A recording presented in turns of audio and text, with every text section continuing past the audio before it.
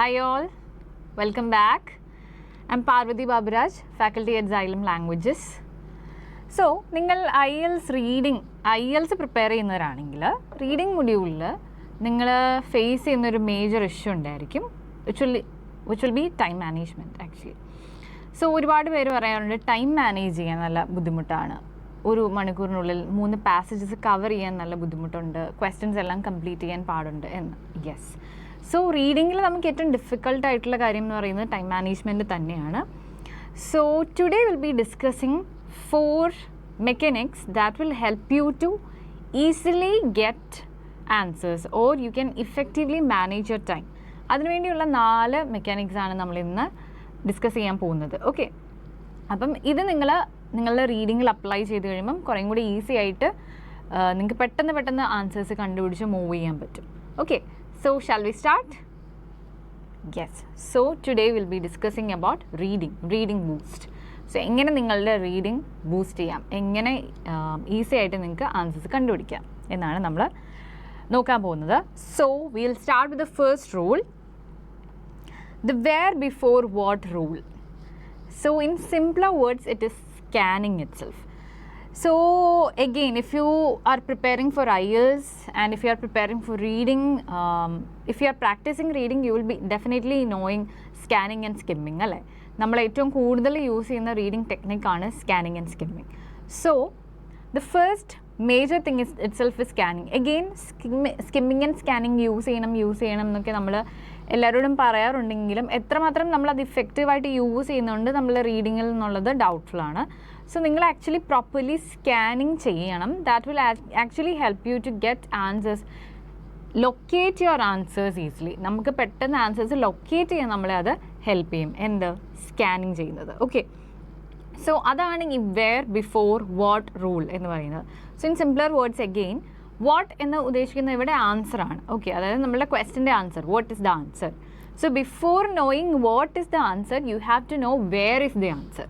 അപ്പോൾ നമ്മൾ ഫസ്റ്റ് ഇതിൻ്റെ ലൊക്കേഷൻ കണ്ടുപിടിക്കുക, അത് നമ്മളെ പാസേജിൽ എവിടെയാണ് ഈ ക്വസ്റ്റ്യൻ്റെ ആൻസർ വരുന്നത് എന്നുള്ളത് നമ്മൾ ഫസ്റ്റ് ലൊക്കേറ്റ് ചെയ്യുക എന്നുള്ളതാണ് ഫസ്റ്റ് സ്റ്റെപ്പ്. സോ നമ്മളെപ്പോഴും റീഡിങ് ചെയ്യുമ്പോഴൊക്കെ നമ്മൾ പറയുന്ന ഒരു കാര്യം എന്ന് പറയുന്നത് സ്റ്റെപ്പ് ബൈ സ്റ്റെപ്പായിട്ട് ചെയ്യുകയാണെങ്കിൽ ഫസ്റ്റ് സ്കാനിങ് ചെയ്യാൻ പറയും. First when you read the question, after that immediately scan for the keywords. Okay, scanning ചെയ്യുക, ഫസ്റ്റ് ലൊക്കേറ്റ് ചെയ്യുക കീവേഡ്സ്, ക്വസ്റ്റനിലെ കീവേഡ്സ് എല്ലാം ലൊക്കേറ്റ് ചെയ്തിട്ട് നിങ്ങൾ ആൻസേഴ്സ് കണ്ടുപിടിക്കാൻ നോക്കുക എന്ന് നമ്മൾ പറയാറുണ്ട്. Okay, that itself is the first mechanic, but properly you will have to do that. അതായത് എങ്ങനെയാണ് നമ്മളത് ചെയ്യേണ്ടത്, നമ്മളുടെ കീവേഡ്സ് എല്ലാം കൃത്യമായിട്ട് ലൊക്കേറ്റ് ചെയ്ത് വെക്കുക ഒരു പ്ലേസിൽ, അവിടെ നിന്നായിരിക്കും നമുക്ക് ആൻസർ കിട്ടുന്നത്. എഗെയിൻ ഫ്രം ദെയർ ഇറ്റ്സെൽഫ് ഏതൊക്കെ കീവേഡ്സ് ആയിരിക്കും നമുക്ക് ഈസിലി ലൊക്കേറ്റ് ചെയ്ത് നമ്മളെ ആൻസറിലേക്ക് കൊണ്ടുവരുന്നത്.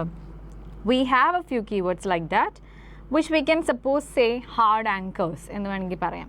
What are these hard anchors? അതൊരു കുറച്ചും കൂടെ ഫിഗറേറ്റീവ് ആയിട്ട് പറഞ്ഞതാണ്.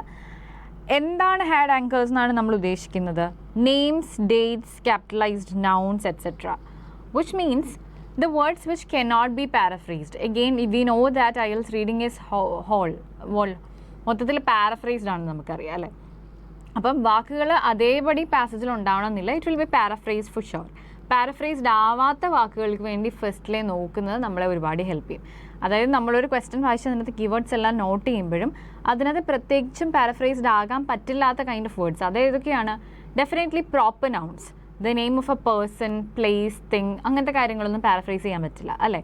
പിന്നെ ഡേറ്റ്സ് എന്ന് പറയുമ്പോൾ അഗെയിൻ ഡേറ്റ് കുറച്ച് വ്യത്യസ്തമായിട്ടുള്ള രീതിയിലൊക്കെ പാരഫ്രൈസ് ചെയ്യാൻ പറ്റില്ല, but still suppose 15th August എന്നുള്ളത് മിഡ് ഓഫ് ഓഗസ്റ്റ് എന്ന് വേണമെങ്കിൽ കൊടുക്കാം അല്ലേ. ഓർ 1947 എന്നുള്ളത് towards the end of the 1940s or the middle of 20th century എന്നൊക്കെ കൊടുക്കാം, 1950-ക്കൊക്കെ. അപ്പം ഇങ്ങനെയുള്ള രീതിയിൽ ഡേറ്റ്സ് പാരഫ്രൈസ്ഡ് ആവാൻ പറ്റും. അല്ലാത്ത രീതിയിൽ but still we can find a date there, അങ്ങനത്തെ ഒരു റിലേറ്റഡ് ആയിട്ടുള്ള ഒരു കാര്യം നമുക്ക് അവിടെ കിട്ടും. പിന്നെ എന്താണ് ക്യാപിറ്റലൈസ്ഡ് ആയിട്ടുള്ള നൗൺസ്, അതാണ് ഞാൻ ആദ്യം പറഞ്ഞ പ്രോപ്പർ നൗൺസ്. ഇങ്ങനത്തെ കാര്യങ്ങളൊന്നും പാരഫ്രൈസ് ചെയ്യാൻ പറ്റില്ല. അപ്പം നമ്മൾ ആദ്യമേ അങ്ങനത്തെ കീവേഡ്സ് ഫോക്കസ് ചെയ്ത് വായിക്കുന്നത് നമ്മൾ ഒരുപാട് ഹെൽപ്പ് ചെയ്യും. ആ കീവേഡ്സ് നമ്മൾ ഫസ്റ്റിലെ ലൊക്കേറ്റ് ചെയ്ത് കഴിഞ്ഞാൽ it will be easy for you to again locate the rest of the keywords maybe. And again when you locate the keywords എല്ലാം ലൊക്കേറ്റ് ചെയ്ത് കഴിയുമ്പം you will be getting the answer from the nearby 2-3 lines.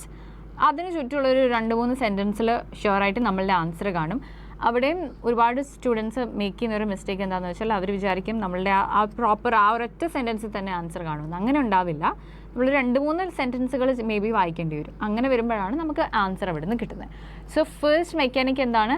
First most effective way of actually finding out the answer is first find the location of the answer. So the where before what rule, scanning ചെയ്യുക എന്നുള്ളതാണ് first important ആയിട്ടുള്ള നമ്മളുടെ ഒരു technique എന്ന് പറയുന്നത്. Now let's discuss the second technique. What is the second technique? The strategic time boxing. Now it will sound again നമുക്ക് ഈ terms ഒക്കെ കേൾക്കുമ്പോൾ ഭയങ്കര ഇതായിട്ട് തോന്നും, ബട്ട് സിമ്പിളാണ്. എങ്ങനെ കൂടുതൽ ഇഫക്റ്റീവായിട്ട് ടൈം അലൊക്കേറ്റ് ചെയ്യാം എന്നുള്ളതാണ് strategic time boxing. Okay, so as you already know our passages of 1 hour, our reading test is of 1 hour and we have 3 passages. So ideally speaking we will have to give 20 minutes for each passage, right?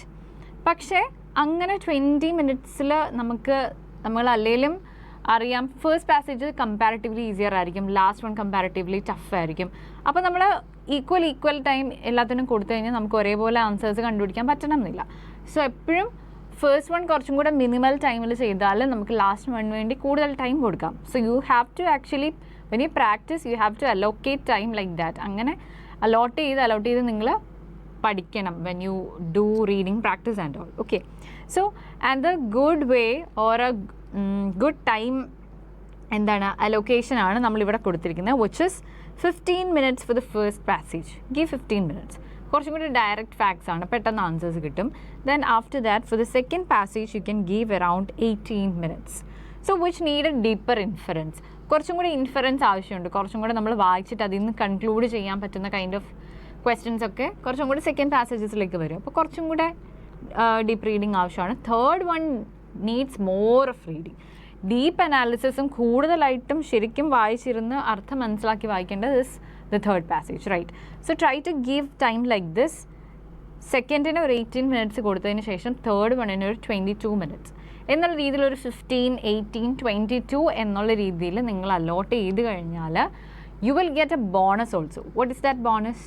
you'll get probably 5 minutes extra at the end.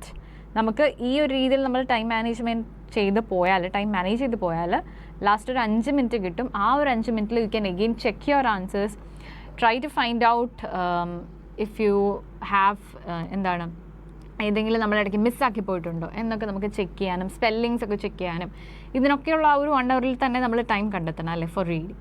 So you will get a 5 minutes extra time.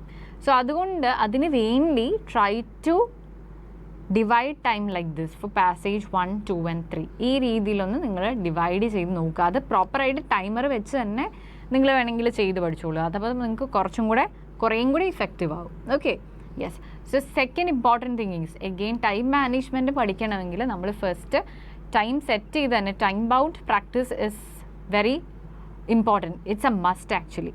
So ഇതുപോലെ ഉള്ളൊരു strategic time boxing ഇങ്ങനെ നിങ്ങൾ time allot ചെയ്ത് നോക്കുക. Okay, and the third technique that we are going to see is this is a very effective technique when it comes to the speed of your reading. This is called word chunking. Okay, chunking ചെയ്യാൻ പറയും. And what is chunking? Chunks means നമ്മൾ പൊതുവേ പറയുന്ന friends എന്നുള്ള ആ ഒരു അർത്ഥത്തിലുള്ള chunks എന്നല്ല. ചങ്ക്സ് എന്ന് പറഞ്ഞാൽ it is actually set of words. നമ്മൾ ഒന്നിച്ച് വയ്ക്കും, നമ്മൾ ഫ്രേസസ് എന്ന് പറയാറില്ലേ അല്ലേ ഒരു സെറ്റ് ഓഫ് വേർഡ്സിന്. അതുപോലെ നമ്മൾ ഒറ്റ സ്ട്രെച്ചിന് നമുക്ക് മീനിങ് കിട്ടുന്ന ഒരു ഗ്രൂപ്പ് ഓഫ് വേർഡ്സ്, അതാണ് ചങ്ക്സ് എന്ന് പറയുന്നത്. അത് എഗെയിൻ ഫ്രേസസ് ഒക്കെ പോലെ തന്നെ ഉള്ളൊരു കാര്യമാണ് ചങ്ക്സ് എന്ന് പറയുന്നത്. സോ ചങ്കിങ് ചെയ്യണം. Okay, now what is that again mean? So when you read, do not read each and each letter or each and each word by word ആയിട്ട് വായിക്കരുത്. ഇപ്പോൾ നമ്മളിപ്പം ഒരു ടെക്സ്റ്റ് ഇങ്ങനെ വായിക്കുമ്പം train, eyes, to, take, snapshots ഇങ്ങനെ ഓരോന്നും എടുത്തെടുത്ത് വായിക്കാതെ ഒറ്റ വിഷനിൽ അല്ലാതെ നമ്മളെ പെരിഫറൽ വിഷനിൽ നമുക്ക് കാണുന്ന ഒറ്റ സെറ്റ് ഓഫ് വേർഡ്സ്, ഒറ്റ ഗ്രൂപ്പ് ഓഫ് വേർഡ്സ് ഒന്നിച്ച് വായിച്ചതിൻ്റെ മീനിങ് കിട്ടാൻ നോക്കണം. That will actually help you to manage time. അപ്പം നമുക്ക് ടൈം കുറേ അവിടെ സേവ് ചെയ്യാൻ പറ്റും. ഇത് നമ്മൾ പ്രാക്ടീസ് ചെയ്തെടുക്കേണ്ടതാണ്. ഇനിഷ്യലി നമുക്കത് എല്ലാവർക്കും അങ്ങനെ ചെയ്ത് പഠിച്ചിട്ടുള്ളവരായിരിക്കില്ല, അല്ലെങ്കിൽ അങ്ങനെ ചെയ്യാൻ ഇതുള്ളവരായിരിക്കില്ല. പക്ഷെ നമ്മൾ റീഡിങ്ങിലും മനഃപൂർവ്വം നമ്മൾ ഈ ടെക്നിക്സ് ഒക്കെ അപ്ലൈ ചെയ്ത് നോക്കുകയാണ് ചെയ്യേണ്ടത്. സോ ഒരു ഗ്രൂപ്പ് ഓഫ് വേർഡ്സ് ഒന്നിച്ച് വായിക്കുക. ഇപ്പം train your eyes to take snapshots എന്നുള്ള അത്രയും ഒറ്റ ഒരു ചങ്കാണ്. ആ ഒരു ചങ്ക് ഒന്നിച്ച് വായിച്ച് അതിൻ്റെ മീനിങ് മനസ്സിലാവും. Okay, train your eyes to take snapshots, ഇത്രയും ഭാഗം ഒരു സെറ്റ് ഓഫ് വേർഡ്സ് നമ്മൾ ഒന്നിച്ച് വായിച്ച് അതിൻ്റെ മീനിങ് മനസ്സിലാക്കി. ഇങ്ങനെ ചങ്ക്സ് ആയിട്ട് വായിക്കുന്നത് will actually help you to save time. Okay, അപ്പോൾ ഒരു 3 to 5 വേർഡ്സ് ഒക്കെ അറ്റ് എ ടൈം വായിക്കാൻ നോക്കുക. ആൻഡ് ഇതിങ്ങനെ ചെയ്യുമ്പം നിങ്ങൾ ഡു നോട്ട് സബ് വോക്കലൈസ്, അങ്ങനെ ചെയ്യാതിരിക്കുക. വാട്ട് ഈസ് ഡോണ്ട് സബ് വോക്കലൈസ് എന്ന് പറഞ്ഞാൽ അതായത് പ്രൊനൗൺസ് ചെയ്ത്, അതായത് ഉറക്കെ വായിക്കുക. ഉറക്കെ again literally doesn't mean that നമ്മളിങ്ങനെ ഇതുപോലെ ഉറക്കെ വായിക്കുക എന്നുള്ളതല്ല. നമ്മൾ സൗണ്ട് പുറത്തോട്ട് എടുത്ത് അല്ലെങ്കിൽ നമ്മളുടെ ലിപ്സ് ആൻഡ് മൗത്ത് യൂസ് ചെയ്ത് വായിക്കാതിരിക്കുക. മൈൻഡ് റീഡിംഗ് ആണ് ആവശ്യം. ബിക്കോസ് മൈൻഡ് റീഡിംഗ് കുറച്ചും കൂടെ സ്പീഡുള്ള ഒരു കാര്യമാണ്. ബട്ട് നമ്മൾ അത് വായിക്കുമ്പോൾ while reading if you are actually vocalising that, അത് ചെയ്യുന്നുണ്ടെങ്കിൽ വോക്കലൈസ് ചെയ്യുകയോ സബ് വോക്കലൈസ് ചെയ്യുകയോ ചെയ്താൽ അത്രയും ടൈം ആക്ച്വലി അവിടെ പോകുന്നുണ്ട്. നമ്മളെ സൗണ്ട് എടുത്ത് അല്ലെങ്കിൽ നമ്മളുടെ മൗത്ത് മൂവ്മെൻറ്റിൽ കൂടെ അത് വായിച്ച് പോകുമ്പോൾ. സോ ഏറ്റവും നല്ലത് മൈൻഡ് റീഡിംഗ് ആണ്. അപ്പം നമ്മൾ സ്റ്റോപ്പ് ചെയ്യാൻ ശ്രമിക്കണം. നമ്മൾ അഥവാ ഉറക്കെ വായിക്കുന്നവരാണെങ്കിൽ അല്ലെങ്കിൽ മൗത്ത് യൂസ് ചെയ്ത് വായിക്കുന്നവരാണെങ്കിൽ നമ്മളത് സ്റ്റോപ്പ് ചെയ്ത് വന്ന് മൈൻഡ് റീഡിങ് സ്റ്റാർട്ട് ചെയ്യാൻ പറ്റണം. ബിക്കോസ് ദാറ്റ് സേവ്സ് ടൈം, അത് ടൈം സേവ് ചെയ്യും. അപ്പം ഒറ്റ ചങ്കായിട്ട് വായിക്കുമ്പോൾ ഓരോ ചങ്ക്സ് വായിക്കുമ്പോഴും അത് നമ്മൾ മൈൻഡ് റീഡിംഗ് ആണ് ചെയ്യേണ്ടത്. ഓക്കെ, അപ്പം ഇങ്ങനെ ചങ്കിങ് നിങ്ങൾ ട്രൈ ചെയ്ത് നോക്കണം. It is a very effective way of reading. Actually speed കൂട്ടാനുള്ള ഏറ്റവും ഇഫക്റ്റീവ് വേ ഓഫ് റീഡിംഗ് ആണ് ചങ്ക്സ് ആയിട്ട് വായിക്കുക എന്നുള്ളത്, നമ്മൾ ഓരോ ലെറ്റർ ബൈ വേർഡ് വായിക്കുന്നതിലും. Okay, yes. So you need to read at thinking pace. നമ്മൾ ചിന്തിക്കുന്നതിൻ്റെ സ്പീഡിൽ മൈൻഡ് റീഡിങ് ആ ഒരു പേസിൽ വേണം നമ്മൾ വായിക്കാൻ. Okay, that is the third technique. അപ്പോൾ നിങ്ങൾ ചങ്കിങ് പ്രാക്ടീസ് ചെയ്ത് നോക്കുക, ഓരോ സെറ്റ് ഓഫ് വേർഡ്സ് ഒന്നിച്ച്. അപ്പം എക്സാമ്പിളായിട്ട് പറയുകയാണെങ്കിൽ train your eyes to take snapshots എന്നുള്ള ഒരു chunk of 3 to 5 words at a time, അത് നെക്സ്റ്റ് ചങ്കാണ്. ഓക്കെ, ആദ്യം നമുക്ക് വായിച്ച് മനസ്സിലാക്കി. Next is of 3 to 5 words at a time. Okay, അതൊരു chunk. Then using a peripheral vision, that is the next chunk. അങ്ങനെ ചങ്ക്സ് ആയിട്ട് വായിക്കാൻ നോക്കുക. Okay, now coming to the fourth mechanic, which is the skip and guess pivot. Now again, most of the students find it trouble when they actually get stuck in reading. Time management ന് ഏറ്റവും കാരണമാകുന്ന ഒരു കാര്യം എന്ന് പറയുന്നത് നമ്മൾ എവിടെയെങ്കിലും സ്റ്റക്കായി പോവുക എന്നുള്ളതാണ് while reading. Again that is also, അത് നമ്മൾ മാക്സിമം അവോയ്ഡ് ചെയ്യാൻ നോക്കണം. So if you are getting stuck, എത്ര നേരം അവിടെ സ്റ്റക്കായിട്ട് നമുക്ക് നിൽക്കാൻ പറ്റും? റഫ്ലി 60 seconds to maximum 90 seconds, അതാണ് നമ്മൾ പറയുന്നത്. So if you haven't found the answer in 60 seconds, pivot, അതായത് ചേഞ്ച്. നമ്മളിപ്പം പോകുന്ന ആ ഒരു ടെക്നിക്ക് അല്ലെങ്കിൽ നമ്മൾ ഇതുവരെ ഉള്ള രീതിയിൽ നിന്ന് ചേഞ്ച് ചെയ്ത് നെക്സ്റ്റിലേക്ക് പോവുക. Okay, immediately switch to the next, അല്ലെങ്കിൽ change the strategy that you have been using, pivot ചെയ്യുക. Okay, so again ideally speaking 1.5 minutes ആണ് നമുക്ക് ഓരോ ക്വസ്റ്റ്യൻസിന് കൊടുക്കാൻ പറ്റുന്നത്. പക്ഷേ ലിറ്ററലി 1.5 minutes ചിലതിന് ആവശ്യം വരില്ല, ചിലതിനത് പോരാതെ വരും. സോ ഇത് അങ്ങോട്ടും ഇങ്ങോട്ടും നമ്മൾ മാനേജ് ചെയ്യേണ്ടി വരും. അപ്പോൾ നമ്മൾ സ്റ്റക്ക് ആവുകയാണ്, നമുക്ക് ആൻസർ കിട്ടുന്നില്ല എന്ന് തോന്നുവാണെങ്കിൽ maximum you can spend is again 60 minutes. 1 minute നമ്മളൊരു ക്വസ്റ്റ്യനിൽ നോക്കിയിട്ട് കിട്ടുന്നില്ലെങ്കിൽ ആ 1 minute കുറിച്ച് നമ്മൾ അവെയർ ആയിട്ടിരിക്കണം. ഓക്കെ, സോ എന്നിട്ട് നമ്മൾ immediately switch to the next one, അടുത്തതിലേക്ക് പോവുക. ആൻഡ് ബിക്കോസ് നമ്മൾ നമുക്ക് ഈ കിട്ടാത്തതിൻ്റെ കീവേഡ്സ് ഒക്കെ നമ്മൾ ഓൾറെഡി നോക്കി വെച്ച് സ്കാൻ ചെയ്ത് വെച്ചിട്ടുള്ളതുകൊണ്ട് when you go to the next questions you will have those words in your mind.